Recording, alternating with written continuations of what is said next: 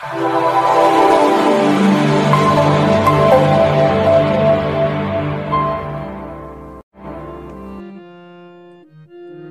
आ भक्ति ये परस्पर अलग अलग नुहति। ये गोटे मुद्रार दुईटी पार्श्व, गोटे टंकार दुईटी पाख। जी प्रकृत में ब्रह्मज्ञानी बा जी संसार निजक दाबी करती से ज्ञानी से परम सत्य को अनुभव करती, तार स्वरूप ए संसार भक्तर स्वरूप, प्रेमर स्वरूप। सी प्रेमर स्थिति भक्तिर स्थिति ए संसार जीवन जीव। ये भगवान को अनुभव कर समाधि ध्यान रे। जदि किए ज्ञानी तार गति होची भक्ति रे, तार प्रकट होची भक्ति रे। जी प्रकृत रे भक्त, जी शरणागत, सी भक्त, सी प्रकृत रे देखिले सी तत्वतः भगवान स्वरूप को अनुभव करिथाय। सी मध्य परम ज्ञान अधिकारी होता। भगवान दया करिकी ताकु से परम ज्ञान अधिकारी करैथांती, तांकर स्वरूप को से ताकु दर्शन करै दियंती। तेणु ज्ञान एवं भक्ति यही उभय को पार्थक्य करिकी ए जुगरे बाटे चलिया पई पड़िबो। जदि के हमको भक्त कहि दे हम खुशी हो जाती, कारण भक्त दासिया, भक्त बलराम दास, भक्त बंधु महांती, भक्त मीरा, भक्त सुदामा, ये सब भक्त। जदि कहीं हमको मु जगन्नाथ भक्त, मु काली भक्त, मु दुर्गा भक्त, मु शिव भक्त, मु अमुक ठाकुर भक्त, मु अमुक बाबा भक्त, आम भक्त शब्दटा आम पछरे लगे आम बहुत खुशी हमें। आम भक्त सम्मेलन भी जाती, से प्रमाण पत्र जोगाड़ करते आम भक्त सम्मेलन की जाते। एवं सिस्टम हो गलानी अनेक अनुष्ठान में बड़ भक्त, छोट भक्त, मध्यम धरण भक्त, सब विभिन्न प्रकार भक्तिर काटागोरी, भक्तर काटागोरी से पद पद भी दिगला। तेणु आमको जी भक्त कहे आम खुशी हमें, आम जगन्नाथ भक्त। तेणु जगन्नाथ भक्त कहीकि आम कौटी बाहादुर खुशी हमें। आम सात्विक बोली जनईवाई, आम धार्मिक बोली जनईवाई, आम कौटी कहते मु जगन्नाथ भक्त, मु भेजिटेरियन, कौटी कहते मु काली भक्त, मोर सब चले। तेणु आम भक्त बोली शो हाँपाई, भक्त बोली देखई हाँपाई आमर कलिजुग प्रचेषा थाए ये समय। तेणु भक्त किए कहीदें आम खुशी हमें, कि परीक्षा करवा उचित। जदि आम भक्त, जदि आम भक्ति कर आम गभीर भाव अनुधान करने दरकार से भक्तिर आखि अच्छी कि ना, से भक्ति ब्लाइंड नुह तो, से भक्ति बा से प्रेम जदि तार आखि न सी प्रेम ना जेहादी को जाऊ नहीं तो, सी जेहादी का हाथ में समर्पित हो जाए तो, जहाँ शरणागत बोली कहूँ, जहाँ समर्पण बोली कहूँ। प्रेमर शेष हूँ शरणागति। Surrender is the topmost position of love, topmost position of devotion. ये समर्पण शरणागति जन पाखे निजर स्थिति की हरईदेवा अच्छी कि ना निज देही। इग्नोरांस ऑफ एक्जिस्टेंस, अवस्थितिर अस्वीकार ही प्रेम।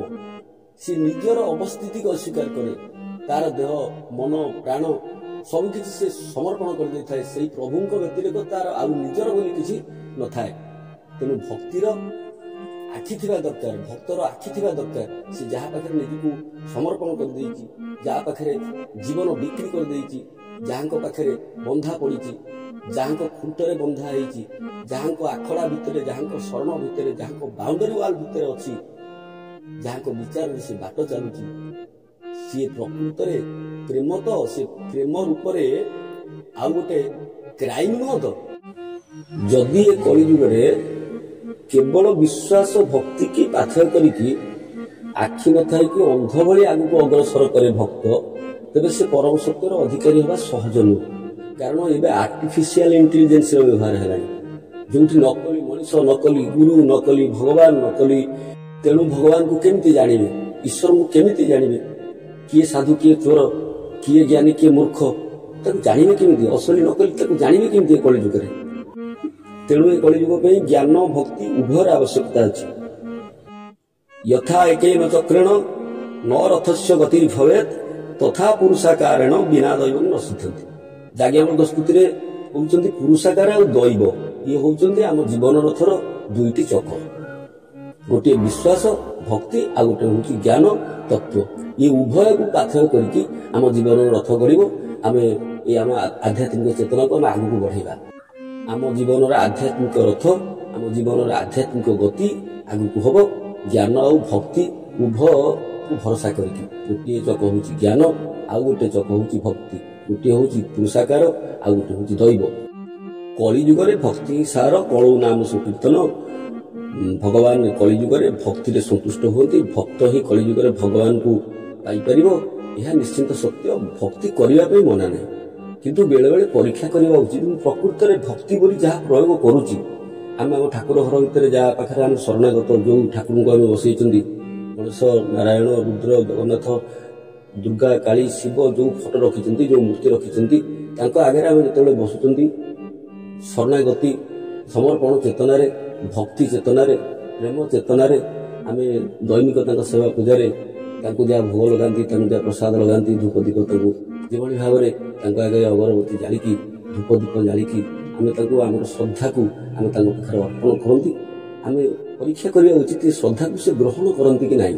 ଆମେ ଯେତେବେଳେ ପ୍ରସାଦ ଥାଳିଟିଏ ଧୋଇକି ଠାକୁରଙ୍କ ପାଖରେ ଆଖି ବୁଜି ଦିଅନ୍ତି, ଠାକୁରଙ୍କୁ ଘଣ୍ଟି ବାଡ଼େଇକି ପ୍ରାର୍ଥନା କରନ୍ତି, ଯାହା ମନ୍ତ୍ର ସ୍ତୋତ୍ର ଜାଣିଥାନ୍ତି ବୋଲନ୍ତି, ଶ୍ରୀକୃଷ୍ଣାୟ ଗୋବିନ୍ଦାୟ ଗୋପୀଜନ ବଲ୍ଲଭାୟ, ଯାହା ଆମେ ମନ୍ତ୍ର ଜାଣିଛନ୍ତି, ମୋତେ ଆ ଠାକୁର ଖା କ୍ଷୀରି, ବାପା ଯାଇଛନ୍ତି ବିଦେଶ କରି, ଇଏ ମନ୍ତ୍ର ମଧ୍ୟ କୁହନ୍ତି ବା ଆଖି ବୁଜି ଦିଅନ୍ତି, ପ୍ରଭୁ ମୋର ଏ ପ୍ରସାଦ ଗ୍ରହଣ କର। କିଛି ସମୟ ପରେ ପୁଣି ଆମେ ଆଖି ଖୋଲନ୍ତି। ଆଖି ଖୋଲିକି ଯେତେବେଳେ ସେ ପ୍ରସାଦ ଥାଳିକି ଦେଖନ୍ତି, ସେତେବେଳେ ଆମେ ଦେଖନ୍ତି ନା ସେ ଥାଳିରେ ଯେଉଁ ରୁଟି ଥିଲା, ଯେଉଁ ଡାଲମା ଥିଲା, ଯେଉଁ ମିଠା ଥିଲା, ଯେଉଁ ଦହି ଥିଲା, ଯେଉଁ ରାବିଡ଼ି ଥିଲା, ଯାହା ଆମେ ମହାପ୍ରଭୁଙ୍କ ପାଖରେ ଭୋଗ ଲଗେଇଥିଲେ, ପ୍ରଭୁ ତା ଭିତରୁ କେତୋଟି ରୁଟି ମାଇନସ୍ ହେଇଛି, କେତେ ରୁଟି ଖାଇଛନ୍ତି, ଡାଲି ବେଶୀ ଖାଇଛନ୍ତି କି ତରକାରୀ ବେଶୀ ଖାଇଛନ୍ତି କି ସାକର ବେଶୀ ଖାଇଛନ୍ତି, ମହୁର ବେଶୀ ଖାଇଛନ୍ତି, ଆମେ କେବେ ପରୀକ୍ଷା କରିକି ଦେଖିଛନ୍ତି ନା ଠାକୁର ଖାଆନ୍ତି କି ନାହିଁ? ଆଉ ଯଦି ସେ ସତରେ ନ ଖାଇଛନ୍ତି, ଯଦି ଆମକୁ କେବେ ପଚାରେ ଠାକୁର କ'ଣ ସତରେ ଖାଆନ୍ତି, ଆମେ ଉତ୍ତର ଦେବା।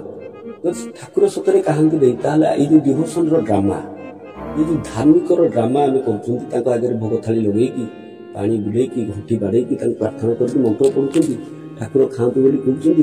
ଯୁଗ ଯୁଗରୁ ଏ କଥା, ଏ ପରମ୍ପରା ମଧ୍ୟ ଚଳି ଆସୁଛି। ଜଗନ୍ନାଥ ମହାପ୍ରଭୁ 56 ଭୋଗ ଖାଉଛନ୍ତି। ତେବେ ଯଦି ଠାକୁର ଖାଆନ୍ତିନି, ତାହେଲେ ଆମେ ଏ କଥା କରୁଛନ୍ତି କାହିଁକି? ଏ ସାରା ଜଗତରେ ଯାହା ମୁଁ ଦେଖୁଛି ସବୁ ତୁମରି ପ୍ରସାଦ, ଯେ ଦରବ ତାକୁ ସମର୍ପଣ କଲେ ହବ ପ୍ରଭୁ ଅପରାଧ। ଗଙ୍ଗାଧର ମେହର କହୁଛନ୍ତି ସାରା ଜଗତ, ସାରା ସଂସାର ତାଙ୍କରି ପ୍ରସାଦ। ଭଗବାନ ଦୟା କରିକି, କରୁଣା କରିକି ଚନ୍ଦ୍ର, ସୂର୍ଯ୍ୟ, ତାରା, ବନସ୍ପତି, ମାଟି, ପାଣି, ପବନ, ଆକାଶ କୃପା କରିକି, କରୁଣା କରିକି ପ୍ରଭୁ ଏ ଜଗତରେ ବ୍ୟବହାର କରିବା ପାଇଁ ଜୀବକୁ ଦେଇଛନ୍ତି। ଜୀବ ଜନ୍ମ ହେବା ପୂର୍ବରୁ ଏ ଜଗତ ସୃଷ୍ଟି ହେଇଛି। ପିଲା ଜନ୍ମ ହେବା ପୂର୍ବରୁ ମା ସ୍ତନରେ ଭଗବାନ କ୍ଷୀର ଦେଇଛନ୍ତି। ତେଣୁ ଏ ସବୁ ଯାକ ତାଙ୍କରି ପ୍ରସାଦ। ବାପା, ମା, ଘର ଦ୍ୱାର, ସଂସାର, ଏ ସବୁ ହେଉଛି ତାଙ୍କରି ପ୍ରସାଦ। କୋଉ ଫୁଲ, କୋଉ ଫଳ, କ'ଣ ଅଛି ପ୍ରଭୁ ଯାହା ମୋର ମୁଁ ତମକୁ ସମର୍ପଣ କରିବି? ସବୁ ତ ତମରି ପ୍ରସାଦ। ମୁଁ ଯଦି ତମରି ଦ୍ରବ୍ୟ, ତମରି ପ୍ରସାଦ ପ୍ରଭୁ ତମକୁ ଦେବି, ସେ ଅପରାଧ ହେବ? ଏ ସଂସାରରେ ଯାହା କିଛି ଅଛି ପ୍ରଭୁ ସବୁ ତମର, ତମରି ବସ୍ତୁ, ତମରି ଦିଆ ଜିନିଷ, ତମରି ଦିଆ ଏ ପ୍ରେମ କରୁଣାର ଉପହାର। ମୁଁ ତମକୁ କ'ଣ ଦେବି? ତ୍ୱଦୀୟ ବସ୍ତୁ ଗୋବିନ୍ଦମ ତ୍ୱମେଭ୍ୟଂ ସମର୍ପୟମ ଗ୍ରହାଣ ସମ୍ମୁଖ ହତ୍ୱା ପ୍ରସିଦ୍ଧ ପରମେଶ୍ୱର। ଯେଉଁ ମନ୍ତ୍ର ସ୍ତୋତ୍ର ପଢ଼ିକି ଆମେ ଭଗବାନଙ୍କୁ ଯେଭଳି ଭାବରେ ଆମର ଶରଣାଗତି, ଆମ ପ୍ରେମ, ଆମ ଭକ୍ତି, ଆମ ବିଶ୍ୱାସ, ଆମ ଶ୍ରଦ୍ଧାକୁ ତାଙ୍କ ପାଦ ତଳେ ଅର୍ପଣ କରନ୍ତି, ସେ ଭଗବାନ କେବେ ଖାଇଛନ୍ତି କି ନାହିଁ ଆମେ ପରୀକ୍ଷା କରନ୍ତି ନାହିଁ। ତାଙ୍କୁ ଭୋକ ଶୋଷ ହୁଏ କି ନାହିଁ ଆମେ କେବେ ପରୀକ୍ଷା କରନ୍ତି ନାହିଁ। ଆମ ଭକ୍ତିକି କେତେବେଳେ ଆମେ ପରୀକ୍ଷା କରିକି ଦେଖନ୍ତି ନାହିଁ ଯେ ପ୍ରକୃତରେ ଆମ ଭକ୍ତି କେତେ ଅଗ୍ରସର ହେଇଛି, କେତେ ଆଗକୁ ଯାଇଛି। ଆମେ ପଶ୍ଚାତାପ ବି କରନ୍ତି ନାହିଁ, ଭଗବାନ ଆପଣ ତ ଖାଇଛନ୍ତି। ସେଇ ବେଦ ପୁରୁଷ ଯିଏ ଭୋକର ଊର୍ଦ୍ଧ୍ୱରେ, ଯିଏ ଶୋଷର ଊର୍ଦ୍ଧ୍ୱରେ, ଯିଏ ଦେହର ଊର୍ଦ୍ଧ୍ୱରେ, ସେ ଈଶ୍ୱର, ସାରା ବିଶ୍ୱ ଯାହାଙ୍କର ଶରୀର, ସିଏ ଯେତେବେଳେ ଗୋଟିଏ ଶରୀରକୁ ଆଶ୍ରୟ କରିକି ଅବତାର ଗ୍ରହଣ କରନ୍ତି, ସିଏ ଭକ୍ତର ଅଧୀନ ହୋଇଯାଆନ୍ତି। ଭକ୍ତ ଭାବ ପାଖରେ ସିଏ ବନ୍ଧା ପଡ଼ିଯାଆନ୍ତି। ମୁହିଁ ଜଗତ ଅଛି ସନ୍ଧି, ଭକ୍ତ ପାରେ ମତେ ବାନ୍ଧି। ବନବାସ ସମୟରେ ପ୍ରଭୁ ରାମଚନ୍ଦ୍ର ପ୍ରତୀକ୍ଷା କରିଥିବା ଶବରୀର ଅଇଠା କୋଳି ଖାଇଲେ। ରାମ ରାମ ଜପତେ ଜପତେ बीत गई उमरिया रघुकुल नंदन कब आओगे नैन मेरे डगरिया। अपेक्षा करथिला सबरी भगवान को भोक है शोष है अईठा फल खाइले से सबरी बुढ़ीमा हाथरू खाई सारी कहते साकेत लोक एभली तृप्ति एभली आनंद मत मिल ना। देखु भक्तर अधीन केमिति प्रभु भगवान से स्वयं ब्रह्म राम विग्रह जगन्नाथ महाप्रभु नड़िया नहीं गले 22 पाहचर प्रमाण देले सी खाती भोक हुए सी ब्रह्म दारु दारु ब्रह्म सी नड़िया नहीं कि दासियार नड़िया खाइले सी दासियार नड़िया खाई प्रमाण स्वरूप फाड़े नड़िया पंडित हाथ में फेरी थिले बोलिकी मदंती कहे। କୃଷ୍ଣସ୍ତୁ ଭଗବାନ ସ୍ୱୟଂ ଭଗବାନ କୃଷ୍ଣ ଲବଣ ଚୋରି କରୁଥିଲେ, ଦହି ଚୋରି କରୁଥିଲେ। ଗୋପୀମାନଙ୍କ ଘରେ ଚୋର ବୋଲି ତାଙ୍କର ପ୍ରସିଦ୍ଧି ଥିଲା। କାରଣ ଗୋପୀମାନେ ଯେତେବେଳେ ଦହି ମନ୍ଥନ କରୁଥିଲେ ସେ ଭାବୁଥିଲେ ପ୍ରଭୁ କୃଷ୍ଣଙ୍କୁ ଯେ ଭଗବାନ ଆସିକି ଏ ଦହି ଖାଆନ୍ତେ କି। ଯିଏ ଗାଈ ଦଉଥିଲେ ସିଏ ଭାବୁଥିଲେ ସେ ଗୋପୀମାନେ ଏ କ୍ଷୀର ଭଗବାନ କୃଷ୍ଣ ଖାଆନ୍ତେ କି। ତେଣୁ ତାଙ୍କ ଭାବରେ ଭଗବାନ ବନ୍ଧା ହେଇଥିଲେ। ସେ ଦହି ସର ଲବଣୀ ଚୋରି କରିକି ବ୍ରଜେ ପ୍ରସିଦ୍ଧ ନବନୀତ ଚଉର, ପ୍ରଭୁ ଚୋର ବୋଲି ପ୍ରମାଣିତ ହୋଇଛନ୍ତି ଭକ୍ତ ପାଖରେ। ତେଣୁ ସେ ଭକ୍ତ ପରାଧୀନ, ଅହଂ ଭକ୍ତ ପରାଧୀନ।